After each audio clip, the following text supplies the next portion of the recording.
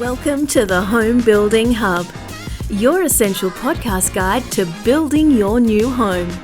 Hosted by industry experts Colin Bischoff and Darren Brennan, this conversational podcast will help better educate you about all things new home building so you can avoid costly mistakes and enjoy your building experience to the fullest, no matter which home builder you choose. Hey there, folks, and welcome to the Home Building Hub. You are with Colin and Darren, as always. We are here to talk to you and give you the top 10 tips to build and potentially, most likely, Darren, invest interstate. So some of these, Darren, I think are going to be looked at as, well, that's a no-brainer. But what you'll find is a lot of people are missing these core or these key steps. So we wanted to give you a bit of a checklist to go through and make it nice and simple for you if you're looking to build interstate. How you going today, buddy? Going well, mate. Yeah, really good. It's amazing how many people I hear are now looking at investing interstate too. Obviously, we're in Victoria, and the government's made it difficult here to want to have to invest in Victoria as much as we want to encourage that. And there's still some really good value in Victoria, but I'm hearing more and more people looking to invest interstate. So I think it's a really good topic just to try and make sure that people aren't caught out. Along the way. So, you can make some fatal mistakes and realize, bugger, did not get that wrong. And, simple stuff like used to always be the advice was if you can't drive past it, don't buy it. But these days you can get on a plane, you've got your phone, someone can pull up and give you a tour online. You can do that live. So there's other ways technology's helping us. And just the sheer cost of flights and stuff are helping us to be able to go and do that sort of stuff quite easily. But I think it's really important that people have a bit of a checklist to work off to make sure they don't make a mistake, because there'd be nothing worse than going, what a great idea, and then I balls it up and I'm in all sorts of financial trouble because of that. So hopefully some of these will help. These certainly are not legal or financial advice. They're just tips from two blokes sitting on a screen that you might be listening through in a set of AirPods. But we're here to help in that respect. So hopefully we'll give you some good guidance. I think, Darren, the investor stuff is, we'll do a few more episodes around it because it's probably it's a lot more us in terms of the business I'm with. We definitely deal with that a lot. And yeah, like you said, interstate is pretty popular, but also a lot of people from interstate buying investments in Victoria the other way. Absolutely. It's also, something we deal with a hell of a lot. So I think it's going to be a good starting point to give you a top 10 to go through, and we'll continue to provide some more valuable episodes into the nitty-gritty of some of that as we continue on. So let's do it, Darren. You want to kick off number one? Yeah, number one's do your research. And that's, again, a no-brainer, Cole, but understand the local market conditions, the suburb profile, rental yields, capital growth, right? A lot of that information's easily accessible online. Realestate.com, for example, is a great source for that sort of stuff. You can really just Google the suburb. You'll be amazed at what comes up. I mean, looking at investing in this area, and up comes a whole lot of information. You can jump on Facebook. We've seen places like Property Insights. We've had a tool on our podcast before. Great resource for that. And people sharing information. So if you've got questions, you can put it into a chat like that, and you'll get plenty of great answers along the way. But do your research and be comfortable with the decision you're making. In the end, it's your decision. So don't ask others to make the decision for you. You make that decision based on, your bits and pieces out of that. But your research is the key. Yep, absolutely. Make sure the numbers line up, basically. That's what we got to do. So the next one, number two, which is, I think, one that people don't do enough. And it only really takes one trip, but you should really visit the area. It's not a huge, let's say you're in Vic, you want to invest in Queensland or vice versa. You can do it in a day, down there and back again, or one night and make a trip of it. But it's something that's really, you just get such a better sense and a better feel for what it is, where it is, why it is, if you're physically there yourself and not relying on the advice of others, or at least complementing the advice of others, the local people that you get some further information from. So I think that is very important to do that. If you're buying an established or what we call secondhand, go and inspect the property yourself. That's That's important. If you're going to build, go to that land estate, have a look, get a feel for it. Go to the local shopping centre or look at what the future plans are there. And yeah, so to visit the area, Darren, definitely important. Yeah, I think it's a real key one, Colin. You know what it's like? You can sometimes roll up and then just really cringe a bit, or be the complete opposite. You're like, I don't know what this joint's going to be like, and it's fantastic. So, it'll just either paint a really, really good picture or a really bad picture, or maybe somewhere in between. But I guarantee you, if you're relying on the brochures and the website, they're going to look good, right? Yeah, they They're will. just going to look good. So that's part of why you want to go there. And Um, if they don't look good, you're in trouble, eh? Yeah. Absolutely. I guess number 3 is find out about the current and future infrastructure for the area, right, that you're looking at. So what schools, trains, parks, shopping centres, access to freeways, airports, beaches, the location of all that stuff, they're all important, right? You might be zoned into a particular school that people really want to go to in that area. If that's the case, then one side of the road may be zoned, the other side not. So understanding those sort of things are really important. If there is future stuff coming, how far away is it? And is that time frame realistic? What are the trigger points of those time frames? They're going to build a new Westfield shopping centre down the road. Fantastic. How many people need to live in the area? 5 times the current population. Wow, hold on. How long is that going to take? 50 years. Oh, fantastic. Well, I better hold on to this property for a hell of a long time if I'm hoping that's going to be driving my capital growth. So getting that stuff right is really important. So, Yep. again, just back to the research, but there's some of the tick boxes you want to be having along the way. One of the most important things to do when you buy any property is have a conveyancer. In terms of the land contract, if you're building a property, have a conveyancer. As number 4, have a conveyancer look at your land contract. And also in the case of someone looking over your building contract, our advice, our tip number 4 is to make sure that they know the area. Okay, so it's you've got to have them looked over to make sure that everything's being ticked and everything's good. But I suppose one of the most important things is if you've got someone that you've been using for a long time, conveyancer, a solicitor, ask them the question, do they know this area?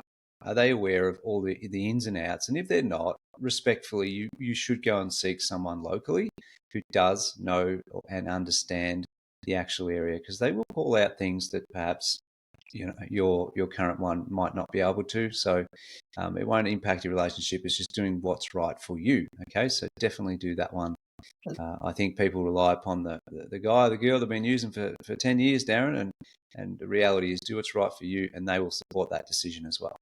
Yeah, absolutely. Different laws and stuff, crossing borders, so they might not understand the same legal requirements. The other part with a conveyancer is, and I'm not 100% sure on this, Cole, but I'm going to say that they may not be able to do some land transactions interstate as well. Look, if you're in Victoria and you want to do something in Queensland, there's some chance they may not have the right registrations to be able to do it, access to the right portals and stuff to be able to do that. So that's why having that local person is always a really good one for you. Yeah, ask that question. I don't know the answer to that question, Darren, but yeah, worth asking your current conveyancer that for sure. Yep. Yeah, indeed. I guess find out about if you're building, find out about the builder. Visit display homes, go and visit one that's under construction. Look around, ask to see, hey, have you got 4 or 5 that can drive past? See what the quality of their work looks like. If the site itself looks like an absolute mess, that'd be concerning. If the site's nice and clean and it looks like it's moving forward, great. The other thing on most of the building sites is it should have a date in which that site got its building permit. Have a look at that date and then compare it against today's date. And if that's been 2 years or 3 years, that's concerning. If that's been 2 months or 3 months, hey, wow, it's probably moving pretty good. So there's some pretty easy things you can do, particularly if you're there, to work out what's that like, what's the quality of that work. Clearly, you can go to the forums, you can go to product review. They're going to help, and that'll give you, but you've got to go in there with open eyes, right, if you're going to the forums, because you're going to have some people just bashing people. Same on the Facebook, etc., the groups there. So we're not the biggest advocates of that being your sole way of doing your research, because you do get biased views in both directions. So just be careful in that space, but, physically going and looking, talking to the builder, going through that space, getting a connection with that person. If you walk in there and you're like, geez, I'm not sure if I could buy off this person, probably don't. And if you walk in there and think, gee, they're pretty good, they're very informative, felt like they're telling me the truth, all those things that we pick up as good, I guess, buying cues, then be pretty comfortable with that. They are, if they're asking the right questions and giving you the right answers to your questions, you feel more comfortable. So, Yep. Good. Next one, Colin. Nice. I think one of the most important steps to take if you're building interstate, it means you're probably unlikely to be there for your walkthrough appointments throughout the stages of construction. So in that event, engage yourself a local building inspector, because I think they will be able to just take that away from you, that concern and worry, and that's been done. But one thing I note with building inspectors is you have to take it with a grain of salt. They will fill out 50 pages, and a lot of those will be photos, and the reports are, I find, quite alarming for clients up front. But once we explain to them, the builder's not obliged to address every single item. It's more around, okay, well, what's not compliant, and what are the things that we totally agree with you, and they will flag things that you don't know to flag. So I would say they're quite valuable, but don't be overly alarmed. Just let the report go to the builder, let the builder come back and review it and implement and change and fix and correct and whatever they need to do to make sure that it's on track. Hopefully there's not too many of those, but look, honestly, with every build, there's always a few items that need to be addressed. So don't be too alarmed, but definitely save yourself some time. It will cost you a little bit of money, but they can really add some value to making sure that you've got everything ticked off as you go through the building part of the process. Absolutely. The next one we've got on the list, Cole, is find a good rental agent. If it's an investment property, again, you're going to have to do some research on some local real estate agents who are going to take care of your property, find out what other properties they're looking after, see if they've got any customer testimonials, that sort of stuff. Again, understand their fees, what does that look like, etc., and move forward from there. So there's some, do your research on them, make sure you're comfortable. Understand, if you're ringing and they're really tentative on the phone, that's great because they're probably going to be the same to your tenant, etc. So that's one I'd be ticking off there. Yep. Also, buying interstate, it's important, a little bit like a previous one we discussed, is to understand the legal and the tax implications of buying in that state as opposed to the ones you might be used to back home. Okay, so stamp duty, land tax, etc. It's just one of those things. So seek legal advice on that. Do a bit of homework. You'll see government websites. You'll see quite a bit of information there, and it's probably in some cases information overload. So perhaps talk to the people that you have in your team already and say, hey, where do I get this information? How can you help me take the first one or two steps, and just grab that information. Make sure that you are ticking those boxes. Yep. The next one on the list, Cole, is I guess be careful of areas that are showing crazy growth. And what I mean by that is some areas might be, doubled in the last 12 months and then doubled again the 12 months after, and you're like, gee, this is the place to be. And what I'd say on that is what goes up that fast usually comes down that fast as well. And we've seen a lot of people burnt over the years in those sort of areas. If you're seeing rental returns that are far exceeding what's normal, again, there's a reason for that. And just be careful, do your research, right? So that you're not caught out. It may be fine, but it also may not be fine. And we just don't want you to be in the may not be fine part. So, do your research, make sure that you're comfortable. But again, if you're seeing that crazy growth, ask a lot more questions as to why is this the case? Because it's not normal, and if it's very abnormal, because we just don't want to see you getting burnt. So, yeah. Yep. And mining towns would be the example of that. And we've seen it where they've had enormous growth and then the mine closes down and all of a sudden they can't even rent the joint at all. They've got a property that they paid overs for, and then they've been getting this really high rental return thinking, wow, I'm killing this. And look at that, the property price has gone up. So I bought another one. And then the mine shut down and they're like, hold on, I've got two properties that are now worth peanuts and I can't even get rid of them. And it does send people broke that sometimes. And that's the point is we just don't want you going broke. So be careful, do your research. Yep. Cool. number 10. So this is an important one. It's in line with the advice we gave with, I guess, your legal representation. So you may have a finance broker where you are locally right now. It's obviously they're the first person you would go to and say, look, I want to build interstate.